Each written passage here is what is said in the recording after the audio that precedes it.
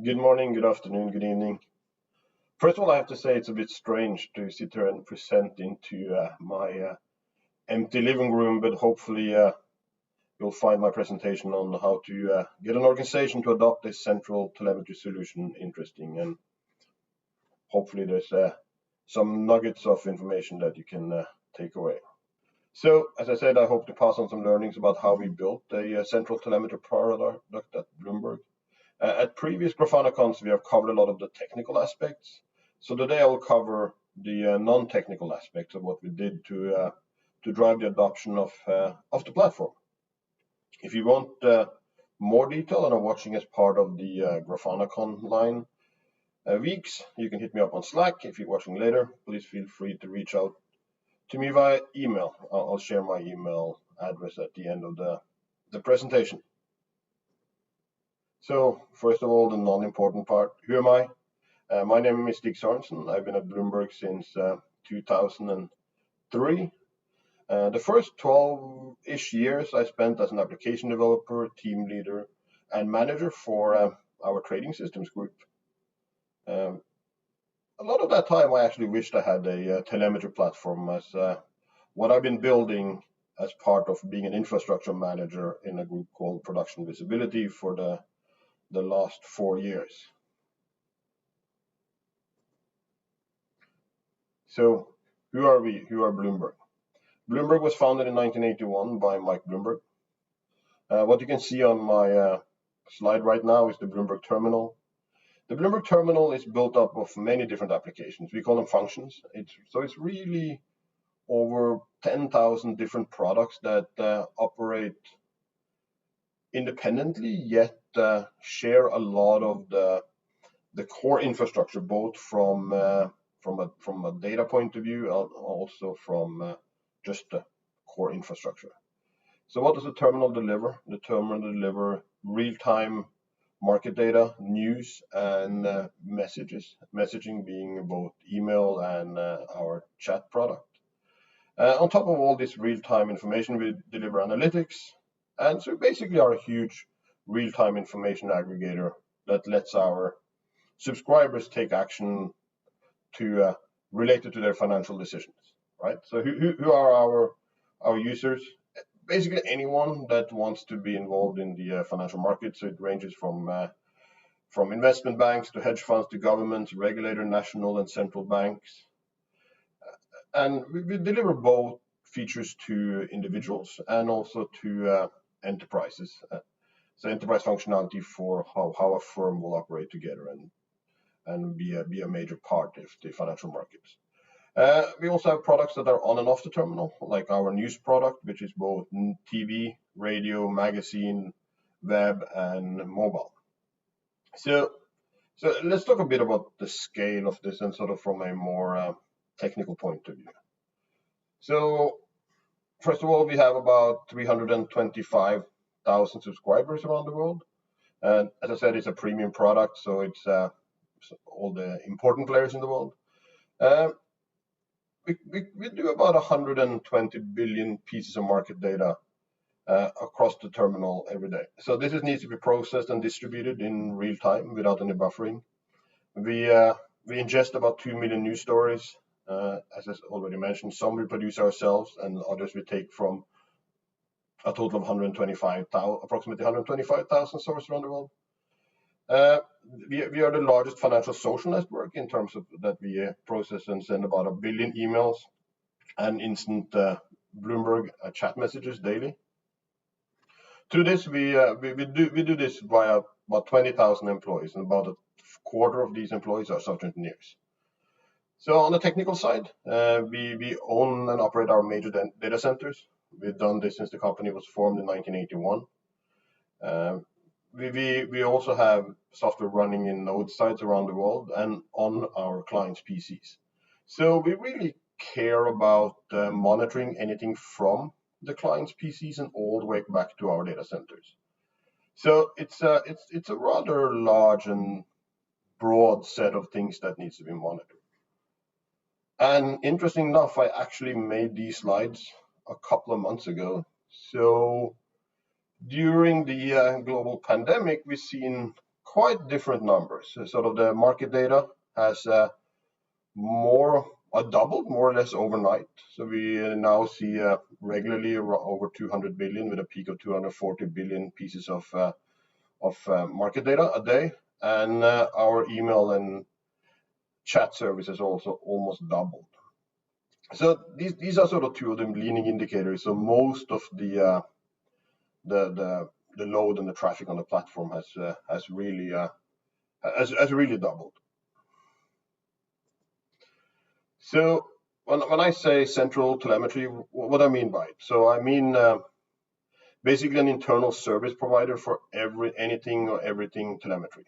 So metrics, distributed trace, log aggregation, visualization of the above, alarming of the above, and reporting on everything. So why do we produce it? What's the goal? The goal is obviously really to give us one single pane of glass, such that we can have common standards for the firm. So both when it comes to visualization of our metrics and our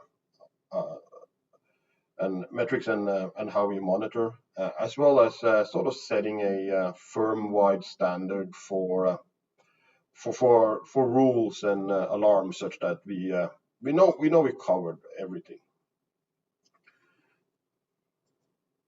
So what did we have before we started the central telemetry product? We had a tremendous amount of bespoke solutions that were very single purposed and solved one problem, right? So I sort of jokingly said that the only thing they had in common is that they were all started by an intern. Unfortunately, not the same intern, but they were probably all started by an intern. So obviously this resulted in a lot of things, like inconsistent naming convention, inconsistent coverage, inconsistent time zones, inconsistent, you name it. Like it was very, very, very hard for anyone to debug something beyond their own system when they had to go from one sort of monitoring system to a different monitoring system. So it just made it really difficult for us to effectively debug through the many layers of dependencies. So obviously it sounds sort of quite obvious that we need a central telemetry platform. So why would someone not want a central telemetry platform? So I don't plan to read out these excuses here, because I don't really want that to be the only thing you remember from my presentation. So, but if there's an excuse out there, we have probably heard it.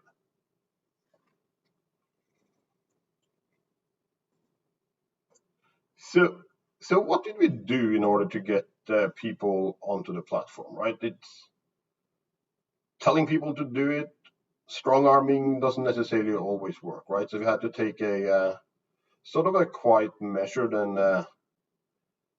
I wouldn't say novel approach, but it's definitely some places where we thought of things a bit broader, and that's sort of really the meat of the presentation I'll get into now. So the first thing is probably also the most important, right? Like set the right goals. Like it probably should have even said set the right goal, because it's only really one goal that I think is important. And we're all engineers and we all like to build stuff. So starting to set goals around the technical part of the platform and how many messages we need to handle and all that sort of stuff probably drives a lot of the wrong behavior. So we set one main goal. The main goal is that we are responsible for help improving the stability of Bloomberg. We are not just building a telemetry platform. So what does this really sort of mean? It really helped us prioritize the work and really look at the right things, right? Like, so we had to make decisions around short-term gains and how much return we would get on any investment. Return being the improved reliability, and investment obviously is the time spent on building it. So, but everything we did was really to drive stability and not to build a platform.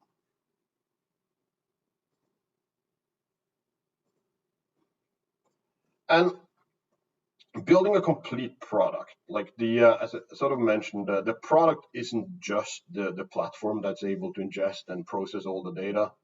The platform is a lot more, especially when it comes to sort of internal products. We quite often cut corners on some of these things, but it's important not to. So having good documentation, good self-service tools, provide training and support. And when support, I think the sort of the most important thing when it comes to support is really to be able to provide quick response. So what I mean by quick response, it's in our case, the most important quick response is sort of a persistent chat room we have internally.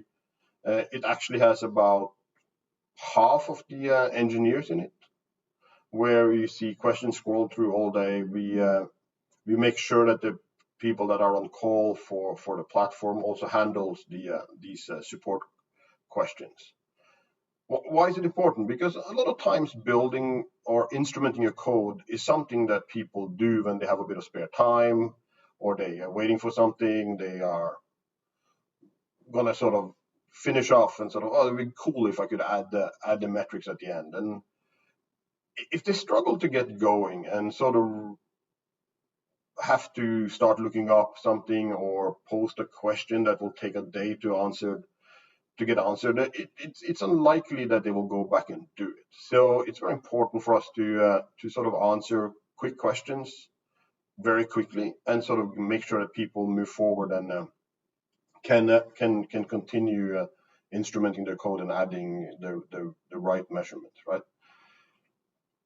In addition, when you're building a platform, it's important to have partnerships and sort of think about both the strategic and the tactical partnerships, and I'll get into that a bit later. And again, back to setting the right goal. Like whenever you get questions, make sure that you answer them as a stability consultant, not just someone providing a service. Even someone might think they know what questions or what they're asking and what answer they want, and they ask it in a very specific way. So teach people to ask clarifying questions and really think of the best way to solve the problem, not just answer the question that people might have. So obviously, not all solutions are what I sort of mentioned earlier, sort of really these intern built one-off solutions. There are good solutions, and some teams might even have third-party systems they're using, and that ultimately that you're hoping to replace, right? So we should look at the current solutions, but we should make sure we ask the right questions.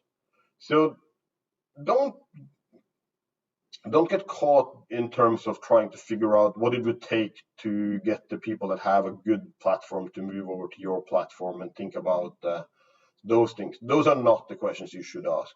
The questions you should rather ask is sort of, what did you do first when you built or started using this platform? What are you using the most?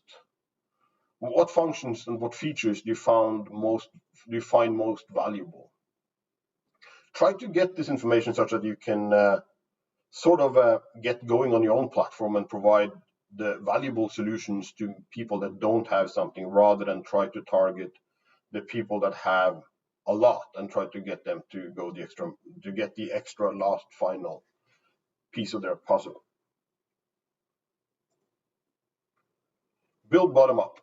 So this is not really sort of much about building. It's sort of really more about what part of the infrastructure you sort of plan to build out first, right? As I mentioned, we have our own data centers, and making sure that we provide good monitoring for the physical layer and the data center layer means that we cover a lot of our users, and obviously everyone is interested in that metric. So we're now given something to everyone, and we sort of got a foot in with every single team even before we have sort of even talked to them about instrumenting their code or adding their application level metrics, right? So figure out how you can give a lot of, or a little value to a lot of people and a lot of value to probably to most people in this case. Consider the different audiences. There's a lot of different users of your platform, right? And this is sort of really where the partnerships come back in, as I mentioned earlier, right? So, and when I say consider different audiences, it's really all about how you help drive adoption, short-term and long-term, and how that will impact the overall stability of the company. So the two most obvious people to obvious user groups to look at is sort of service providers. There's a lot of other teams that provide some infrastructure as a service, and their consumers. So if you can build with the service providers in mind and build with them such that they then provide value to their end consumers, and sort of you reach again sort of a funnel out type approach in terms of providing value to some, and then a lot of value to some, and a little value to a lot of people. If you can't get onto the service providers directly, partner up with their consumers and figure out how you can solve the problems for a consumer, but in a sort of a generic way such that it will be applicable to many different consumers. You also have obviously support organizations like incident management and so on that has a lot of clout in organizations. Partner up with them, figure out what challenges they have, and help them with their solutions. In the same way, in companies like Bloomberg, where we have a true engineering management chain, where I report ultimately up to the head of engineering that report to the board, figure out what challenges they have on each level of the chain and try to help them with their solutions. By doing this, you sort of get buy-in and a bit of sort of pincer pressure on people to continue to add metrics and so on to their applications, right? So there's a lot of different users with a lot of different problems. Again, try to figure out how you can help some, help others, and then ultimately provide the most value to the company. Transparency, don't be afraid to discuss the whys. So transparency is paramount to build trust. And transparency comes at many different levels when it comes to a project like a telemetry platform. Obviously, we should have full transparency into the performance and stability of the platform, and that people can really trust the platform and rely on it. Sort of goes without saying. But also it comes into, we're building for engineers internal to our company, right? So we should provide full transparency into the roadmap and honesty on what's on the roadmap, why something is on the roadmap, and why something is not on the roadmap. Be completely transparent in terms of why we prioritize something over something else, and that allows the users to really make their own decisions about when they plan to onboard, or if they have to make any adjustments to their own plans. And also very, very important, right? We're building for engineers that really love technology. So be prepared to discuss technology choices, be prepared to discuss why certain technologies were not chosen, and stand by your choices, but be open to discussing with your fellow engineers. I sort of said that I wouldn't talk too much about product or about technology, but one thing that's key is to build a product that has a low barrier of entry as possible. There might be free lunch after all, and people do like free lunch, right? So I already mentioned this. Make it as easy as possible to get onto the platform. Where possible, give people completely free stuff like infrastructure metrics. We started at the bottom for a reason, to give everyone the foundation of what they needed for free. And also when it comes to owning the product, own the product end to end. That means owning the APIs, owning the agents, and not just building them, but also owning them. Make sure that you are responsible for operating them, where possible, upgrading and so on, such that the application teams really only need to care about their own metrics and making the best metrics possible, and make it easy to register, easy to get everything onto the platform. Have you been successful? It's not easy to define or declare success. I'm not sure if we've been 100% successful, but there is a couple of ways to look at it. Number one, we can look at adoption, where I think we can say we've been successful. Uh, some high level stats: about 40% of our engineers open at least one Grafana dashboard a week. We have about 500 million time series and growing, and we have about 170 terabytes of logs flowing to our systems daily. So not necessarily really explaining if we have improved stability, but and that's hard to measure, and it's hard to sort of declare that you avoided something because you built something, right? So, but I'll leave even one thing, and sort of where I started was sort of the Bloomberg system has been under unprecedented load during during the global pandemic, and I'm been very grateful for how well the Bloomberg systems have performed, how well we've been able to serve our clients, and what the visibility the central telemetry platform have provided into these systems. So I'm not really sure what we would have done without the central telemetry platform. Thank you very much. And as I sort of said in the beginning, if you want to discuss any details, please contact me on this email. And please also check out our open roles. We are always hiring and always looking to have good engineers across the firm.